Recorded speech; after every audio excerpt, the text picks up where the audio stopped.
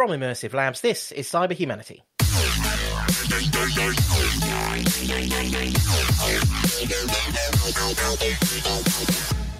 Hello everyone, I'm your host Chris Bass, joined once again by malware fiddler Kev Breen. Hi. Product meddler Paul Bentham. Hello. And finally, puppy wrangler Max Vetter. The puppy has arrived, everyone. We saw the puppy earlier and it's incredibly cute. It's very cute. I'm sure it's going to have its own Instagram account and everything very soon. I'm sure. I'm more of a cat person. I think that's been established. In these podcasts, we try to look at cybersecurity from a human point of view, social engineering, hacker motivation, cyber crises, and more.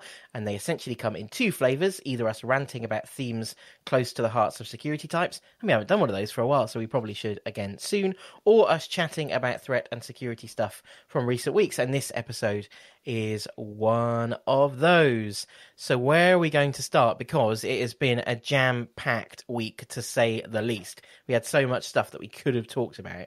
But the first thing we're going to talk about is Honda. It's been in the news. Honda, the report initially was they had been the victim of a cyber attack, and it seemed that systems were down and not available, and text messages were flying around. And now it seems that the suggestion is that it's ransomware.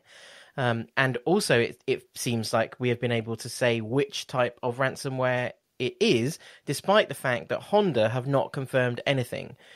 So I'm kind of interested to know how that happened, how researchers suddenly being able to attribute this when Honda have given no information. Yeah, so Honda came out and said they're offline, they're having difficulties, and I think their latest is they still haven't confirmed exactly what it was. They're still just saying there's been a technical incident and they're dealing with it.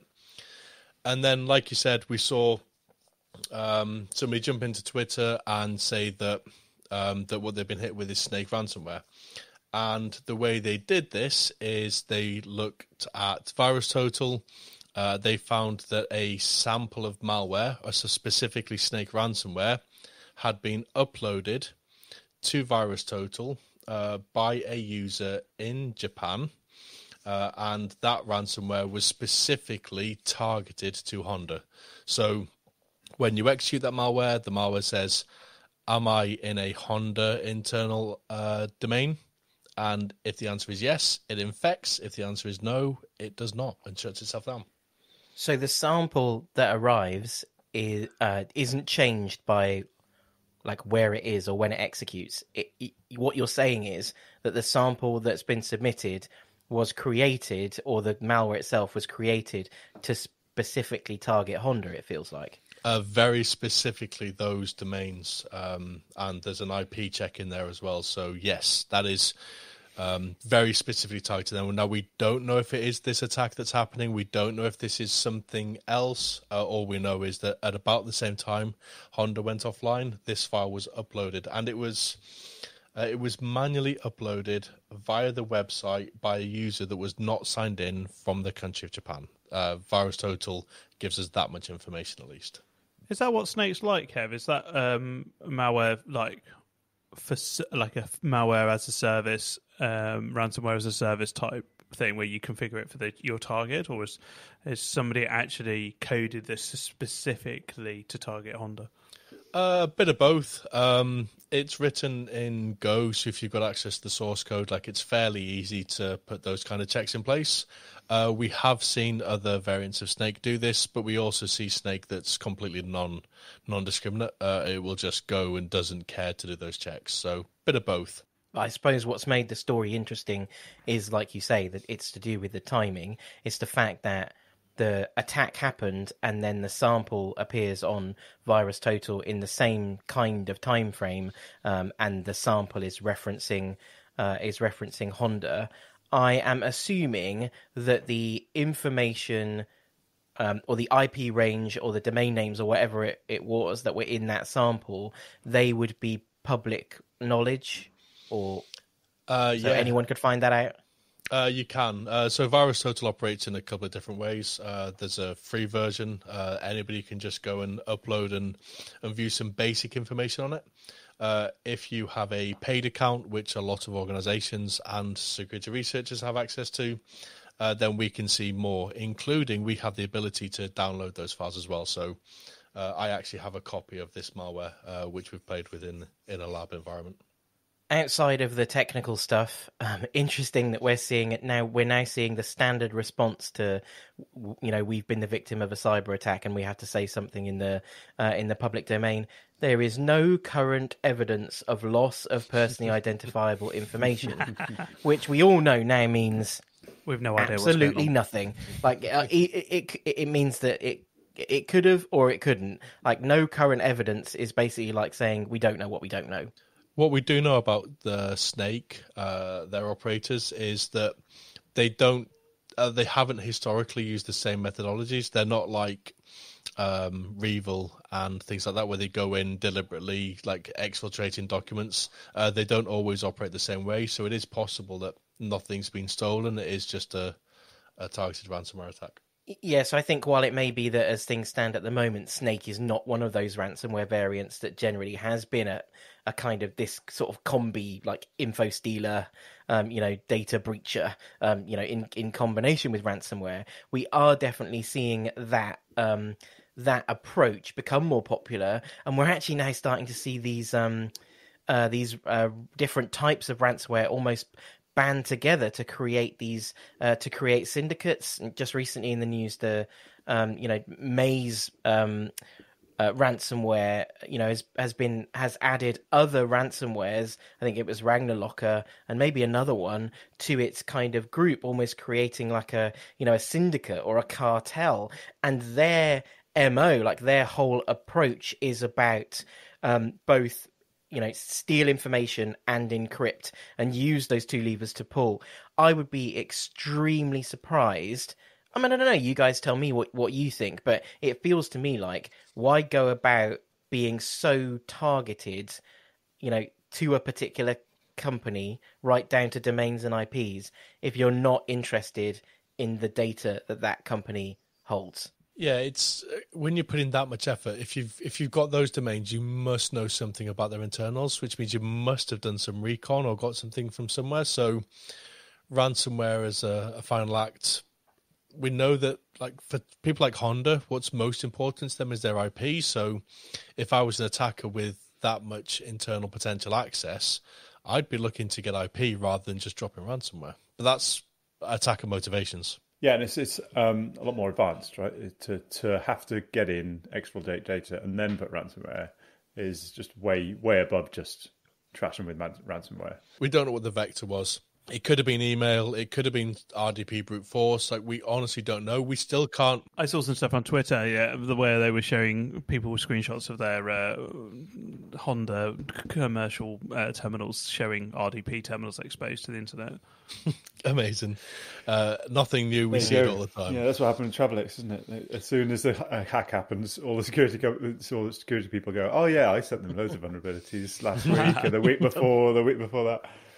The Malwarebytes blog on this is quite interesting because it's listing both the Honda and a energy distributor in the Buenos Aires in Argentina as both as victims, and speculating that Snake is more targeted at industrial control systems companies. So I wonder whether Snake, Kev, I don't know if you've got a view on this, but whether Snake is starting to look at more ICS systems and other manufacturing industries, and that's why this is also quite interesting at the minute. Yeah, so Snake as ransomware in its ransomware operations is no different to some of the others. Like, it does proper implementation, uses RSA, all that good stuff. But like you said, one of the interesting things that it does is it has the ability to shut down ICS systems. So it can recognize if there are ICS processes running and can target those processes. So yeah, that kind of target for this kind of operator absolutely makes sense. Let's just briefly talk about the name, which is terrible. I mean, it's a 4 for me. It's pretty... Well, in fact, it's probably a 2. It's rubbish. It's like a really dangerous worm. Yeah. The name actually comes from EKANS. So EKANS, which is Snake reversed, is appears in every encrypted file. So it's a file marker inside all infected files, so you can see where data and stuff starts. So there is a tag the malware authors put in. It's not even called Snake then, it's called Ecans. Yeah, but someone obviously noticed that it's Snake backwards. Someone noticed that it's Snake backwards and thought that's easier. They're really clever. Ecans is a Pokemon, though, so the Pokemon name for Pokemon sounds more I told you, they're always interesting. like Pokemons or manga characters or some crap like that. 2. It's a 2. It's lame. Me. Anyway, It's not very what strong. is interesting, though, is that we are saying that you can upload stuff to VirusTotal, samples of malware for anyone to be able to see. And actually, what we don't know is what potentially identifiable data could be inside that sample. So in this case, someone else has gone and done the recon, but the reality is now that anyone looking in VirusTotal at a sample with this specific information about Honda could also target them as well, right? Like that information's now been made available that was not available before. Yes, the one thing I would say is that in order to download the samples and to see the actual file contents, you do need a paid account, and they're not the cheapest of things in the world.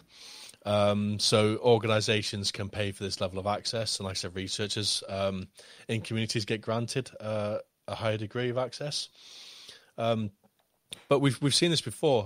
When I was in the MOD, we used to look for emails being submitted to VirusTotal, not from MOD users, but when we emailed out to other companies, their automated mail scanning systems would sometimes upload samples to VirusTotal, including full copies of the email body and the attachments, if it triggered any things. In other companies I've worked for, we've seen users and automated scanners where that invoice.pdf looks a bit weird, so I'm just going to upload it to VirusTotal because upload is free. Anybody can do it, not realizing they're leaking. So anyone with an account can then download those invoices and emails? If you've got a paid account and you know what to look for, absolutely. Seems a bit scary. And then do you think someone from Honda uploaded it? What's the likelihood of... So I'm looking at the sample that's been uploaded to VirusTotal, and VirusTotal don't reveal all the information, but what we do know is that at 01:36 hours on the 8th of June, a file named nmon.exe was uploaded to VirusTotal from the country of Japan, and it was submitted using the web interface by a user that was not signed in. So somebody in Spain using the API has also uploaded that sample. Looking at the relationships, there are also malwaredb infected.rar, newfolder.rar. They also contain that sample inside them, and they've also been uploaded to VirusTotal. VirusTotal has a wealth of information. It does a lot of correlations. So yes, like people should be aware of uploading stuff. This is just a wider issue, isn't it? I mean, I presume most virus scanners these days are cloud. So you're uploading samples to the cloud when something new comes in, when it's doing its heuristic analysis. This is a challenge. I think it was the UK government that had with Kaspersky. So, like, you're running Kaspersky, you basically got malware on your machine. If you don't trust the virus security company, the virus scanning security company, then you've got malware on your device that's uploading samples to, in this case, Kaspersky. And the UK government said, "Well, I'm not really sure that's a good idea because you're sending them sensitive documents." It's just the same with VirusTotal. If your screening policy is to, if it looks suspicious, send it to VirusTotal to get a review of whether it's malware or not, then like you're sending sensitive data to VirusTotal. Pay for it. So the difference there is that Sophos and other AV vendors, they're tightly controlled accessed. VirusTotal is anybody who wants to pay for an account can access that.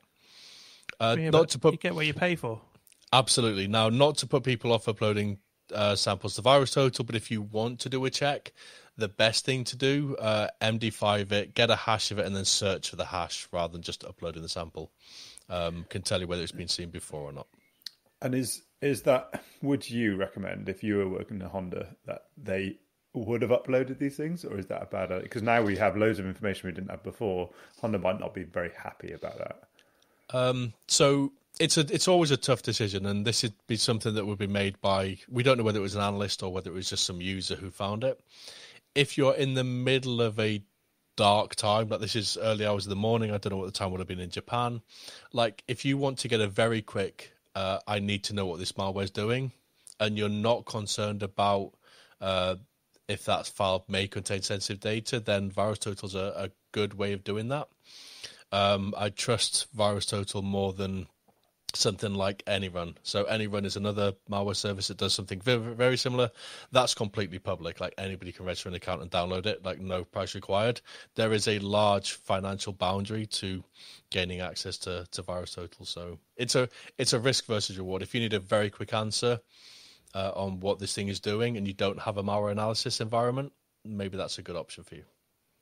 But you should have some kind of policy in place that determines whether that's an acceptable risk for your company to take or not. We've seen leaked images that's, from, their internal alert system via text message and stuff that say this is ransomware. And it's back to that same old thing. If this is a ransomware that affects, and they have made clear that it affects customer service and the financial services elements of their business, you know what I'm going to say? Why aren't they telling those people, like, at minimum, if you use your password for Honda for something else, then we would strongly recommend that you change it in order to protect your data, whilst there is no indication that any data has been lost at this stage. I just don't understand why that's so difficult to do.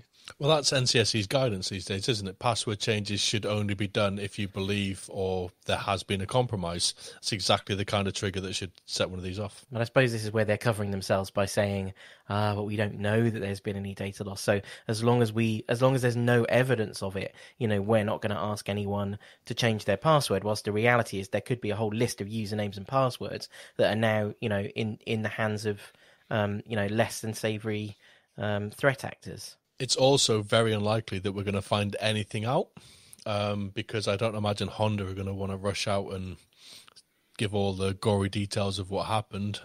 So unless it's the attacker is actually going to do that for us, we're unlikely to find much more than a basic root cause analysis, I think.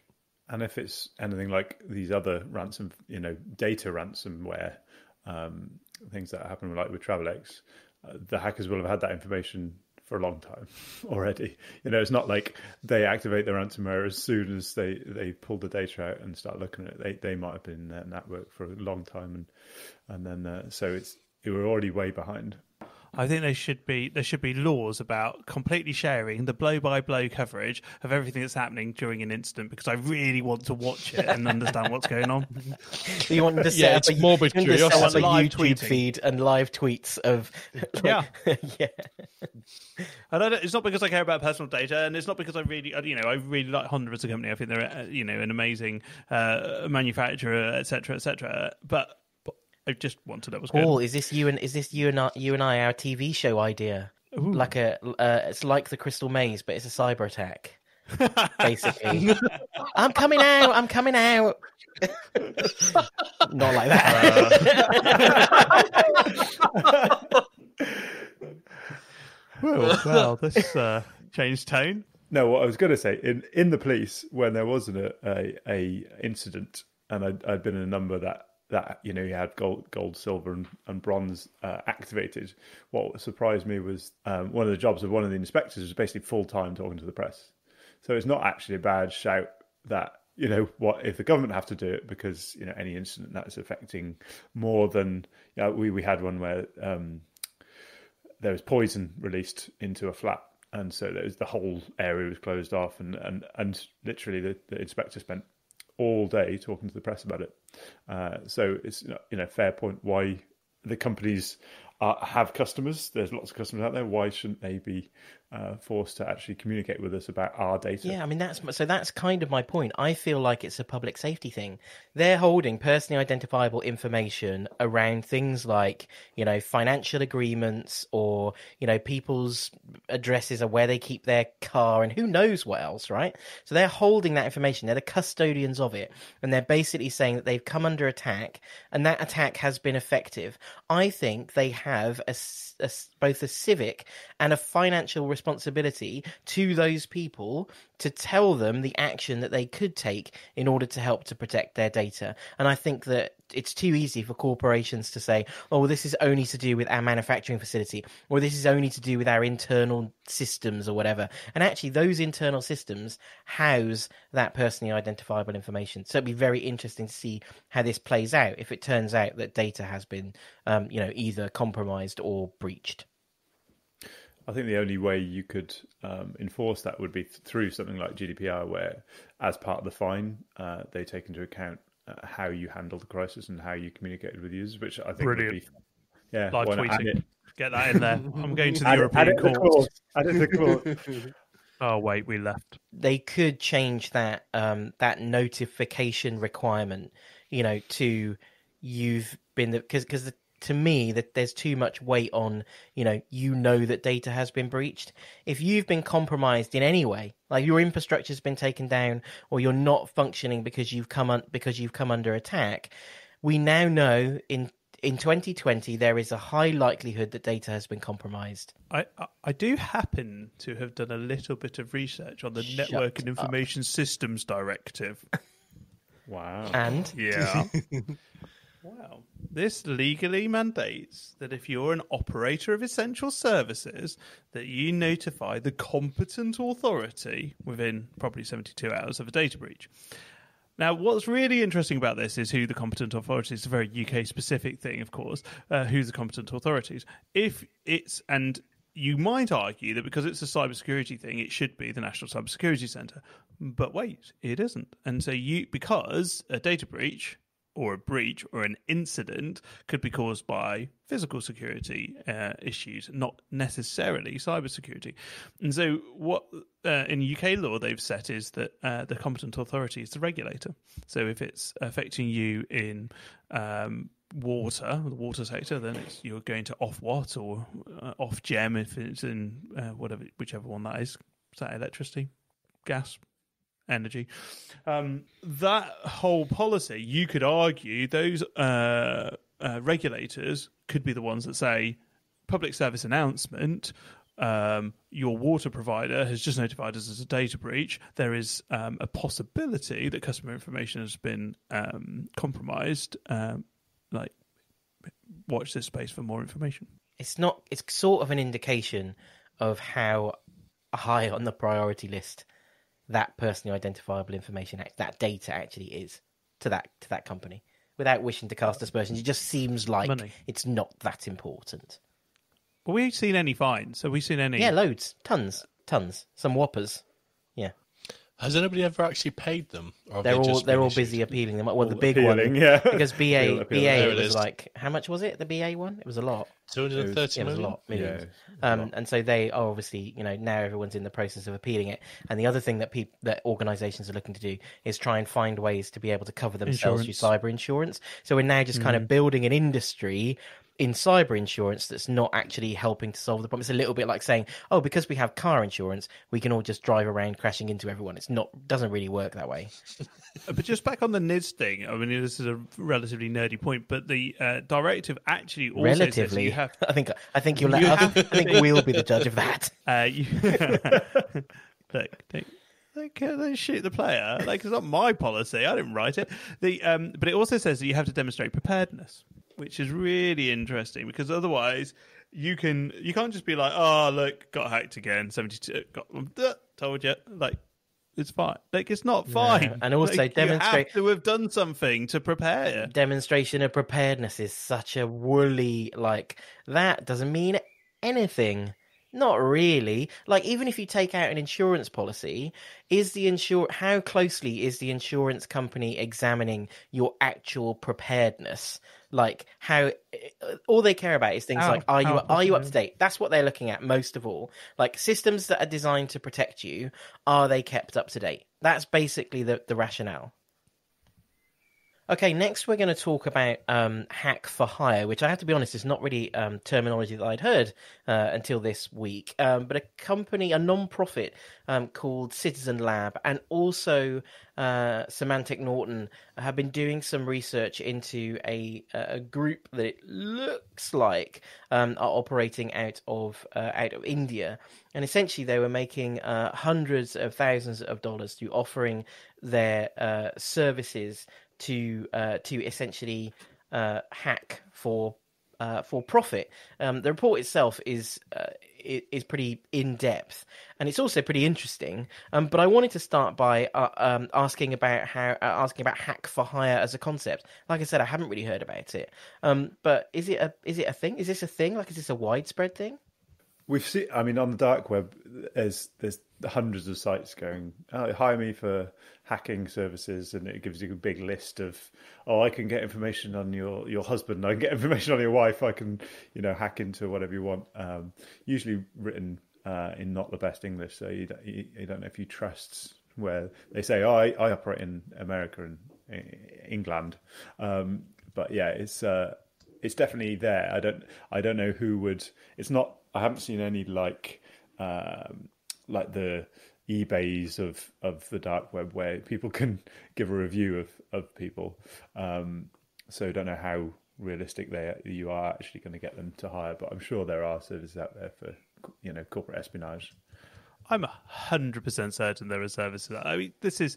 If you've got private, if you go even back to a non-cyber world, you can hire people to spy on your partner, right? Or you can buy like spying apps that you can install on their phone so you can track their location. Like this is like a natural escalation of that, where a company that's a competitor of mine, I contract in somebody else that with no trace to me, and they do like either shut them down using some ransomware attack, or steal the IP, or do both.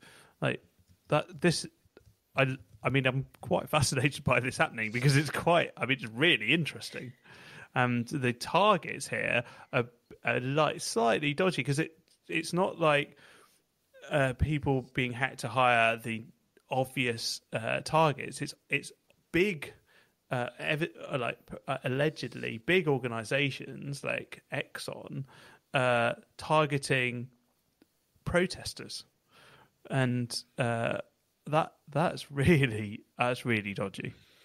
Yeah, it's quite interesting. So it's called Dark Basin, and they're linked to this company called Beltrox, and the head of Beltrox has actually had an indictment from the DOJ about hack for hire.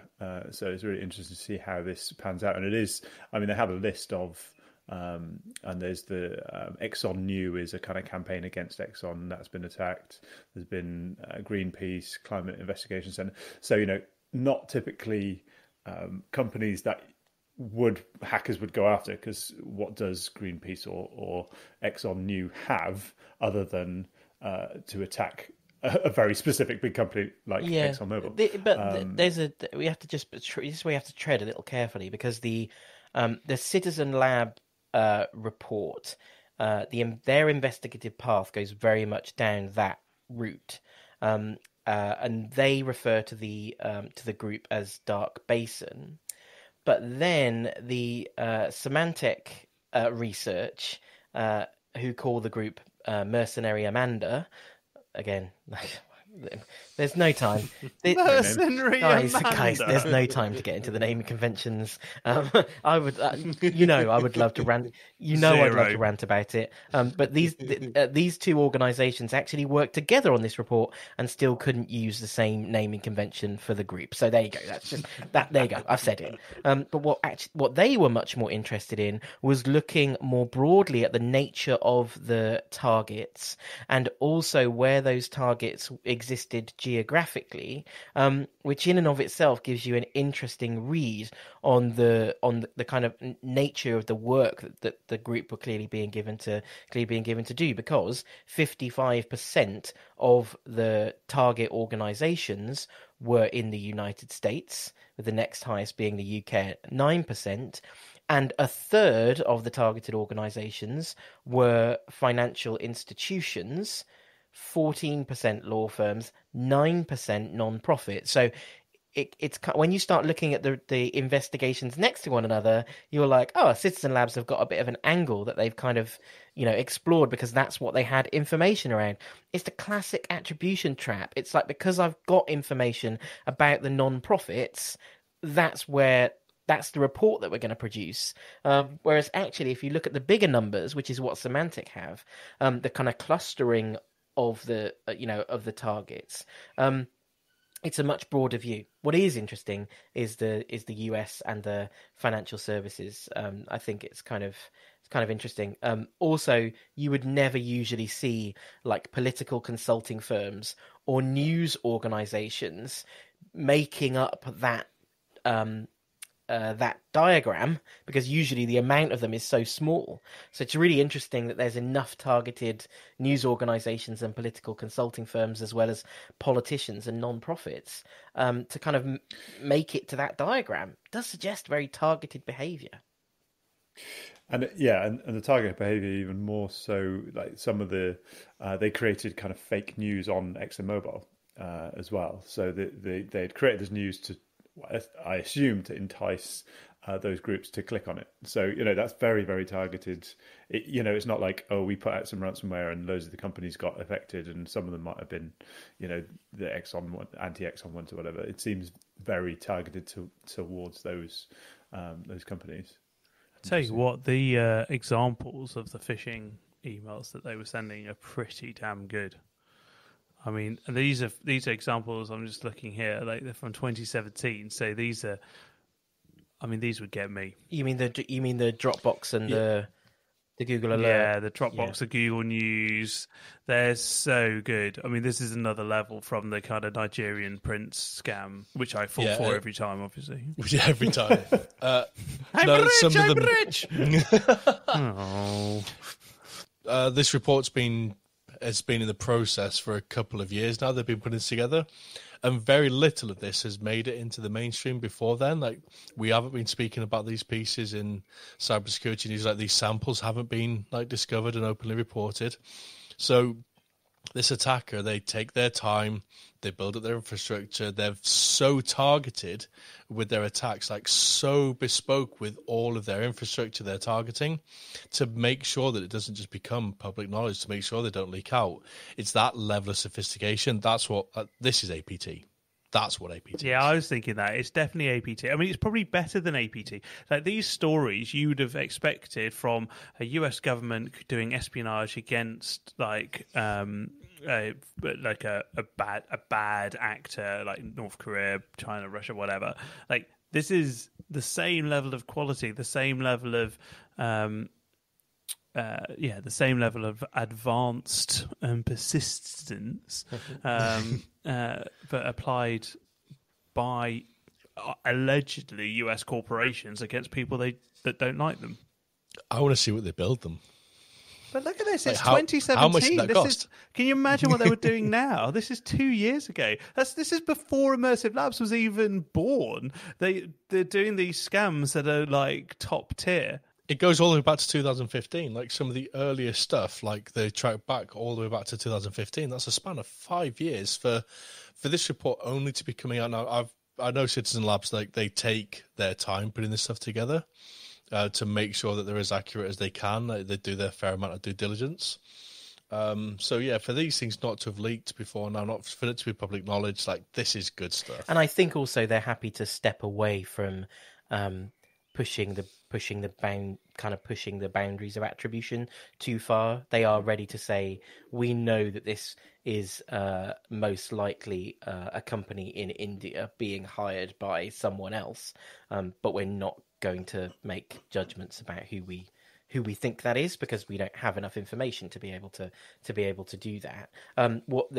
Back to the Indian thing, just some points of interest out of the research that I just thought were cool. The first is that they got Symantec managed to uncover PHP code from one of the phishing servers, and it was a part of it that was responsible for logging victim visits, basically.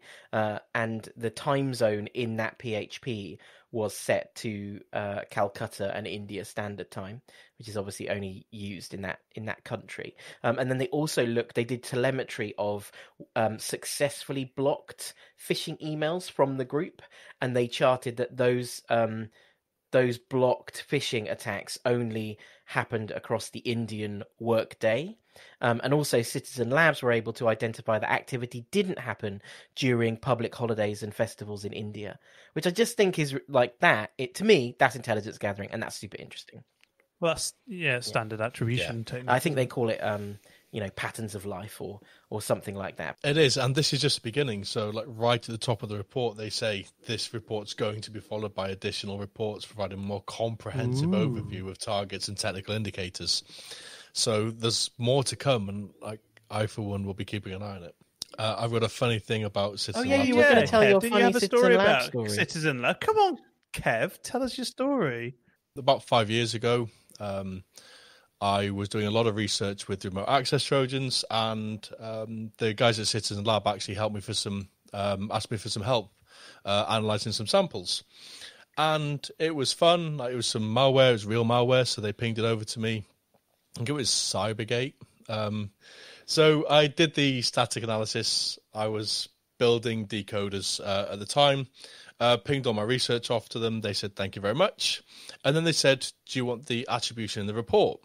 And I was just transitioning out of military life into civilian life. I was like, yes, absolutely, because that's good on CVs. I've done published work and all that kind of stuff. So they did. And then the report came out. And this was on Packrat. So I'm reading through it, and I can see the bits that I've done, and my name, Kevin Breen. Thanks for helping reverse engineer the malware. And then I got to the bit where the dynamic analysis had been done, where the guys are actually running the samples in virtual machines and seeing how it interacts in real time. And this is the cartels at the time, so some fairly dangerous people. They recognized that the analysts were doing this. They jumped in and started issuing death threats against the analysts and their families. And I'm like, at this point, I was like, I wish I'd known that before I said, yes, please, I'd like my name published in full on the end of that report. Kev, you're always putting yourself in harm's way with these cyber types. Let me give you a couple of the examples. We're going to analyze your brain with a bullet and your family too. Take care of your family. You like playing the spy where you shouldn't. You know it has a cost, your life. So these are all the things that the actual attackers are now sending, like in real time, to these analysts. This was South American targeting people. So yeah, it's like I feel for the analysts. So regular listeners to the podcast will know that we're big fans of when vulnerabilities get given their own names and their own websites, and ideally a logo. That's when we really know that. Logos. In fact, if the logo's not any good, we don't even care about the vulnerability. I mean, why would you? No. Doesn't even exist. But one that has cropped up this week with its own website is Call Stranger, CVE 2020-12695. But they have also given a justification as to why they have created a website. And Kev is now going to explain to us why Call Stranger think they need a website. So we'll jump straight into that rather than the technical stuff. That Call Stranger, it's a UPnP thing. So UPnP, Universal Plug and Play, it's all about your routers and gateway devices being able to like automatically port forward and recognize services and things like that. This is a vulnerability in UPnP, and they say there's lots of things. In reality, the thing that this is likely only going to get used for is DDoS attacks with IoT devices being exposed. But they say there are, and I'm just going to check, billions of UPnP devices on local networks and millions of them on the internet exposed to this. So the reason they said that this needed its own name and its own website is that each one of those vendors, each one of those brands is going to need its own CVE to track it on their own system. Therefore, Call Stranger is a nice way of you being able to see all the news about this regardless of the vendor. This Call Stranger thing, right, I've got 2 points Yes. on this. Firstly, I've always thought that UPnP was just a really bad idea anyway. I don't have any justification for that. It just feels super dodgy. Like, that I plug it in and it just does stuff. I don't like stuff that does stuff automatically. I feel like I used to use this for something for my Xbox back in the day.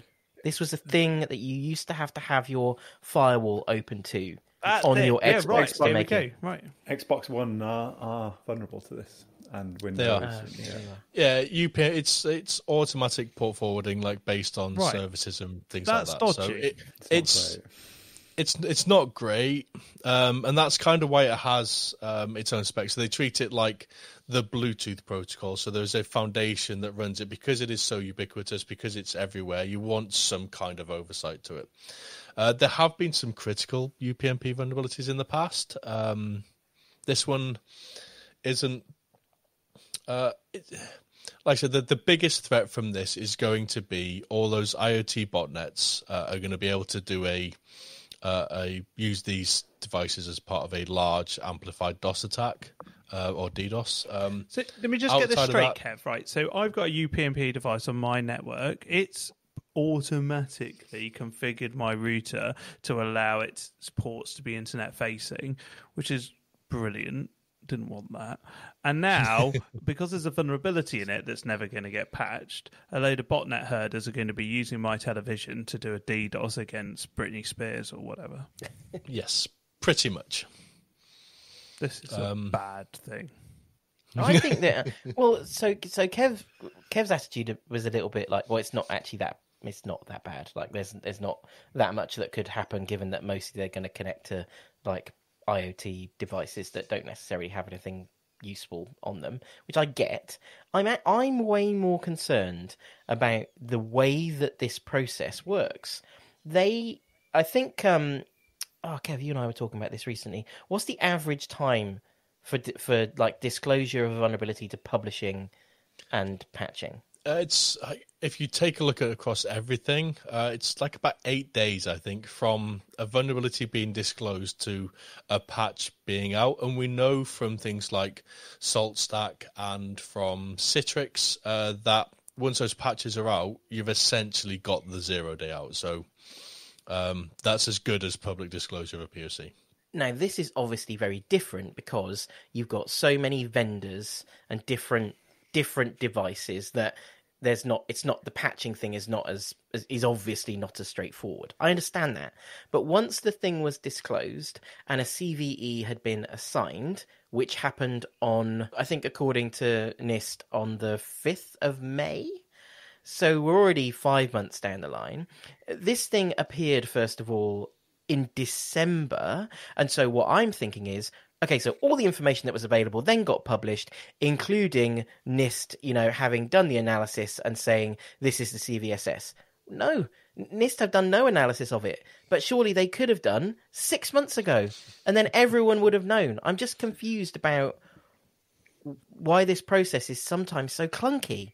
Because there's no formal process, there's no recognised process of doing this kind of responsible disclosure. We as a community have got a lot better at this over the last couple of years, but that's just the last couple of years.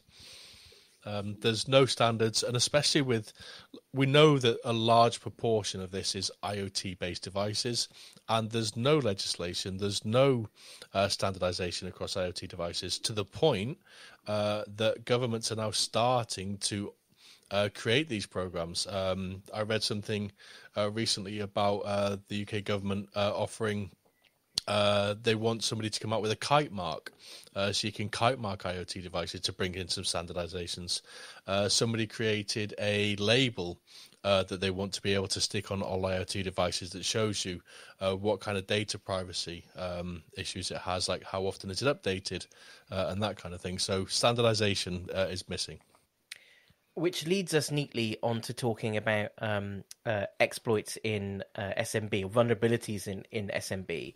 And we've seen a couple that have been about for a month or so. One new one, which is SM Bleed. I think that's a new one, isn't it, Kev? Yes, so Patch Tuesday yesterday.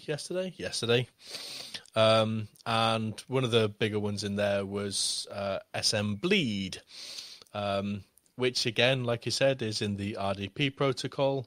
SMB Ghost, we saw, I think that was March's patch. They've both got great logos, which was as well. Awesome logos. Appreciate that. They both have great logos. Before that was Bluekeep. Like RDP exploits seem to be the trend at the minute. Eternal Darkness. That was good. I thought that was a good brand for me. It's a good brand. Is that a good name? These are boring, aren't they? SMB Ghost. Move on. The patch was out in March. SMB Ghost. Kev, come on, people. Patch. SMB Ghost was out in March. That's the interesting one. That was, I think, the CVSS score, and that was like a perfect 10. Wow. And what makes that more interesting at the moment is because a couple of days ago, they actually released the new POC. So previously we had local privilege escalation. Now we've got full remote code execution. That's SMB Ghost. Interesting from a both offensive and a defensive position. SM Bleed came out with some fanfare, and it's a bit meh, if I'm honest. Oh, so it's hype, not it's hacked. not remote. It's definitely hype, not hack. I mean, I was hoping I'd never have to think about that again. definitely needs patching, but in this one, there's a element of social engineering. You need to get the attacker to connect to you in order to exploit this, rather than the way around. I refuse to end another podcast by saying everyone should just patch their stuff. It's boring. Anyway, you all know it, so it doesn't matter. If you enjoyed this podcast, please do subscribe, rate, and comment wherever you get your audio content. And if you want to know more about Immersive Labs, you can find us at immersivelabs.com or follow us on Twitter at Immersive Labs UK. Until next time, from all of us, goodbye.